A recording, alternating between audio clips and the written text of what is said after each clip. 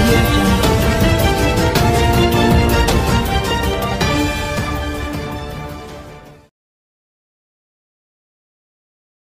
Janasena party నేర్చుకోవాల్సింది కూడా చాలా ఉంది.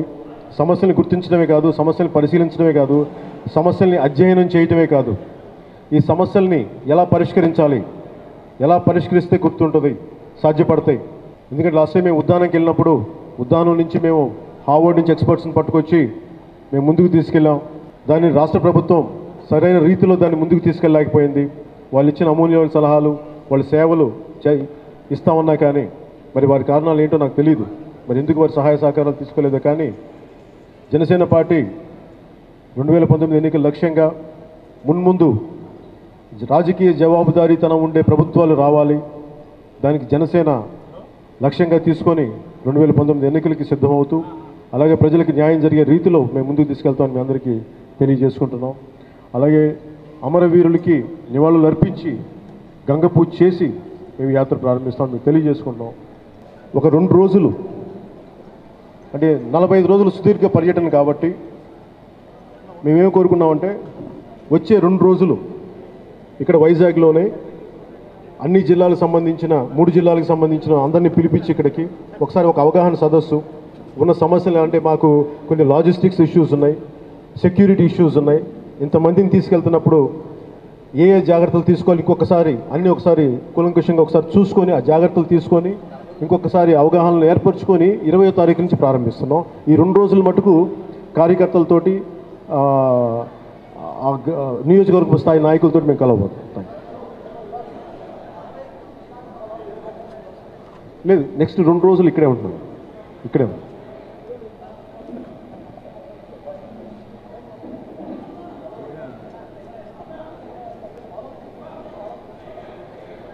మళ్ళీ చెప్పండి. అలాగే సార్, నా ఉద్దేశం ఏంటంటే నేను గవర్నమెంట్లో లేను, నేను క్యాబినెట్ మినిస్టర్ని కాదు, నేను ఎమ్మెల్యేని కాదు, నేను ఎంపీని కాదు. నేను ప్రజల తరపున ఒక పోరాటం చేసే ఒక ప్రజా పార్టీని. నేను సమస్యలను దృష్టికి తీసుకెళ్ళగలను, సమస్యల పరిష్కారాలకి నేను మార్గాలు చూపించగలను. కానీ నేను వాళ్ళ చేత పని చేయించడానికి నాకు ఏ విధమైన హక్కు లేదు. నేను మాట్లాడగలను, పోరాటం చేయగలను, గళవిప్పగలను, కానీ సమస్యల్ని నేను ఎప్పుడు వదలలేదు. ఫాలోఅప్ చేయడానికి నేను అదే ఏ రోజున స్పెషల్ కేటగిరీ స్టేటస్ వదలలేదు, ఏ రోజున నేను స్పెషల్ కేటగిరీ గురించి ఒక మాట మార్చలేదు. అలాగే ఇప్పుడు ఉద్దాన కిడ్నీ సమస్యల గురించి కూడా అది సరిగ్గా నేను ఏదైతే ఆశించానో జరగలేదని తెలుసు. కానీ ఎవరితో పోరాటం చేయను, ఎంత పోరాటం చేయగలను. అదంటే నేను ప్రభుత్వంలోకి వచ్చి జనసేన పార్టీ ప్రభుత్వంలోకి వస్తే మీరు ఈ మాట అడిగితే నేను బలమైన సమాధానం చెప్పగలను. కానీ నేను బయట ఉన్నప్పుడు ఇది నాకు కొన్ని పరిమితులు ఉన్నాయి, పరిమితులు లోబడి నేను పనిచేస్తాను. Thank you sir.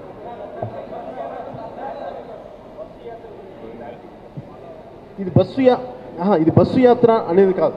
బస్సు యాత్ర ఎందుకు వచ్చి తెలియదు, కానీ ఇది ప్రజాయాత్ర. ఈ ప్రజాయాత్రలో నడక ఉంటుంది, రోడ్ షోలు ఉంటాయి, ప్రజలకి సమస్యల్ని అవగాహన పరిశీలన ఉంటుంది. మేము ప్రజల దగ్గరికి వెళ్తాం, మేము గ్రామాల దగ్గరికి వెళ్తాం, మత్స్యకారుల సమస్యలను అర్థం చేసుకుంటాం, ఏమైతే సమస్యలు ఉన్నాయో వాటన్నిటికి మేము వెళ్తాం. అందుకని ఇది కేవలం బస్సు యాత్రగా దీన్ని అభివర్ణించొద్దని నా మనవి.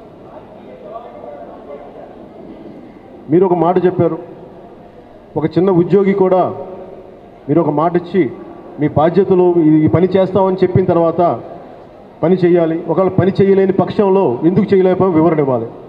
ప్రభుత్వాలు ప్రజలకు జవాబుదారీ, కానీ మేము అనుకున్నప్పుడు మాట అంటాం, తర్వాత అంటే కుదరదు. అందుకని ప్రజలు తిరిగి ప్రశ్నించే విధానాన్ని మేము పొలిటికల్ అకౌంటబిలిటీ, ఎందుకంటే you will come under people, you are questionable, you are not away, you are not above the law, you are very much under the law. That's all.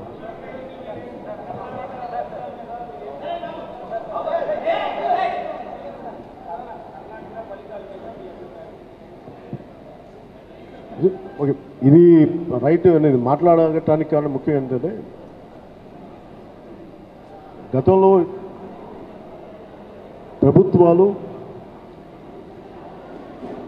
Bharatiya Janata party నాకు మొన్న చెప్పింది ఏంటంటే, ఒక 4 రోజుల క్రితం చాలామంది అధికారులు ఎయిర్పోర్ట్స్లో కలుస్తున్నప్పుడు వాళ్ళు చెప్పింది ఏంటంటే, ఎవరు ఎలా వచ్చినా కానీ 90 సీట్లు వచ్చినా, భారతీయ జనతా పార్టీకి 87 సీట్లు వచ్చి, జేడీకి కుమారస్వామి గారి పార్టీకి ఒక 40 సీట్లు వచ్చినా కానీ ఫామ్ చేసేది భారతీయ జనతా పార్టీ.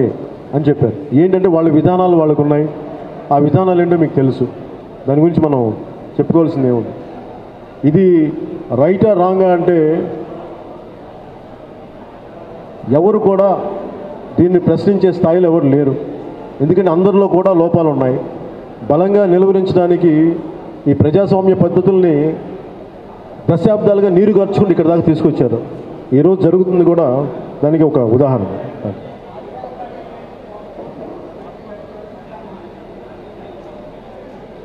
ఇది ఒక భారతీయ జనతా పార్టీ అన్ని పార్టీలు చేస్తుంది, ఇంక్లూడింగ్ టీడీపీ, వైఎస్ఆర్సీపీ అభ్యర్థులు కొనుక్కున్నారు.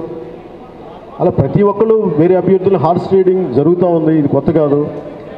ఈ పరిస్థితికి చరమాంగం పలకాలని కోరుకునే సమూహంలో నేను ఒకడు.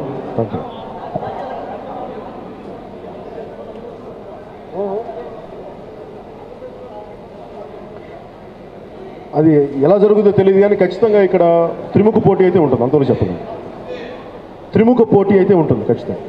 వీడియో నచ్చిందా? అయితే ఓ లైక్ వేసుకోండి, లేదంటే ఓ కామెంట్ చేయండి. ఎప్పటికప్పుడు మా వీడియోస్ చూడాలంటే సబ్స్క్రైబ్ చేసుకోండి.